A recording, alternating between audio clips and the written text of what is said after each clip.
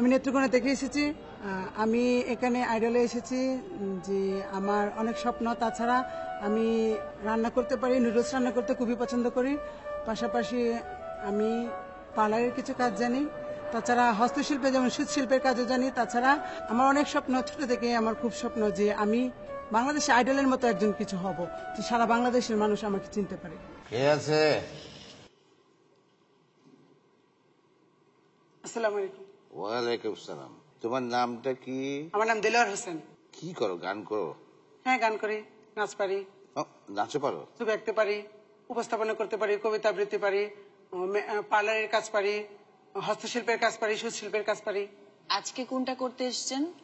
আসলে আমি মূলত নাচ এবং গান দুটোটাই মানে একসাথে। হ্যাঁ নিয়ে আসছি। তাহলে একটু দেখি আমরা। লাবণ্য পূর্ণ প্রাণে প্রাণে সহে আনন্দ বসন্ত সমাগমে বিকশিত স্নিগ্ধ কুসুম হে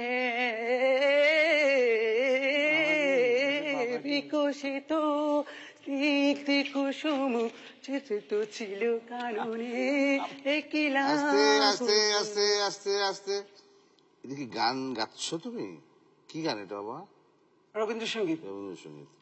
কিন্তু এই রবীন্দ্রসঙ্গীতকে তুমি যেভাবে গাচ্ছ, কিন্তু অন্য সঙ্গীত মনে হচ্ছে বাবা আমার কাছে। শুধু আমি ভাবছি যে তোমার এত গুণ, তুমি আঁকতে পারো, গাইতে পারো, নাচতে পারো, আবার উপস্থাপনা করতে পারো। সুতরাং আমাদের এই মঞ্চটা তোমার জন্য একটু ছোট বাবা, আর একটু বড় তোমার পরিসরের, তুমি যে স্ট্যান্ডার্ডের, তো আমার যেটা মনে হচ্ছে তোমার, আমরাই একটু, আমাদের মঞ্চটা একটু তোমার জন্য ছোট হয়ে যাচ্ছে।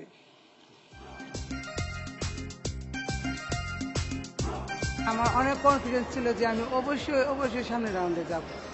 বুঝতে পারলাম না যে কেন, কোথায় গন্ডগোল হলো।